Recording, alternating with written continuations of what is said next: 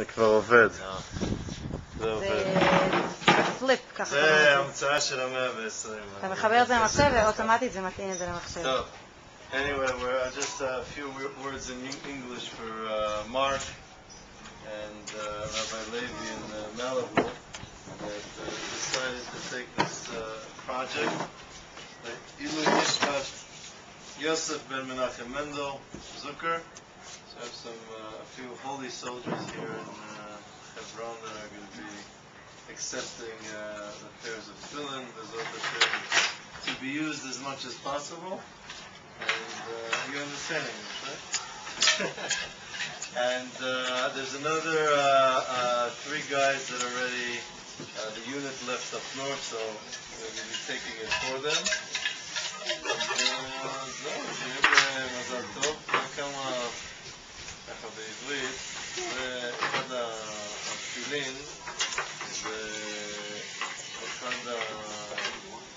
אחד המצוות שהרב מלובביץ' לקח והפך את זה לאיזה מין כזה, כאילו שבכל מקום בעולם זה נפוץ היום איזה חבר נקנודניק שבא אליך, לא, מה עם התפילין? אתה רוצה להניח תפילין, למה דווקא תפילין? למה לא...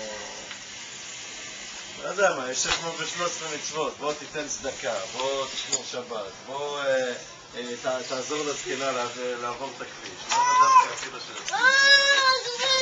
יש כמה וכמה סיבות. קודם כל, כתוב שמצוות תפילין שקול כנגד כל המצוות. יש לו איזו סגולה רוחנית, במיוחד לחיילים של העניין של שמירה, עניין של ביטחון. וראו כל עמי הארץ בשם השם נקרא עליך, זה על תפילין נאמר. זה דבר שמאחד באמת את יהודים מכל העולם. יש את הדוסים קבענו ששמים את זה כל יום, מתפללים את זה שעה, אנחנו מתפללים כמו שצריך, ונראים ככה. ויש מאות אלפי או אולי יותר יהודים בעולם שהאקט שלהם זה 2 דקות לשים ולהגיד שמע ישראל, וזה החיבור שלהם. וזהו, אז שיהיה לנו מזל טוב. למי אנחנו נותנים כמו את כן, בוא אתה תיתן, נו? זה העבודה שלכם, אני פה סך הכל חיים. לא. יאללה, לא, סלם. חיים. ונזכה שתחזרו לפה ואז אנחנו נשתה כוסות, לא? מזל טוב. זה יקר, כן, אבל לא למכור את זה. בוא, אל תגיד.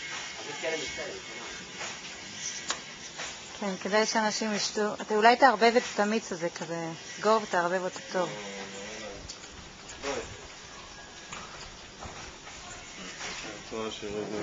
אבא שלו. בסדר? נו, לוי. בוא נגמור עם הקטע... כן, של המצלמות, שאפשר יהיה קצת יותר לזוז. מי דחף לך את הדבר הנקי? תן לו באגרוף על היד.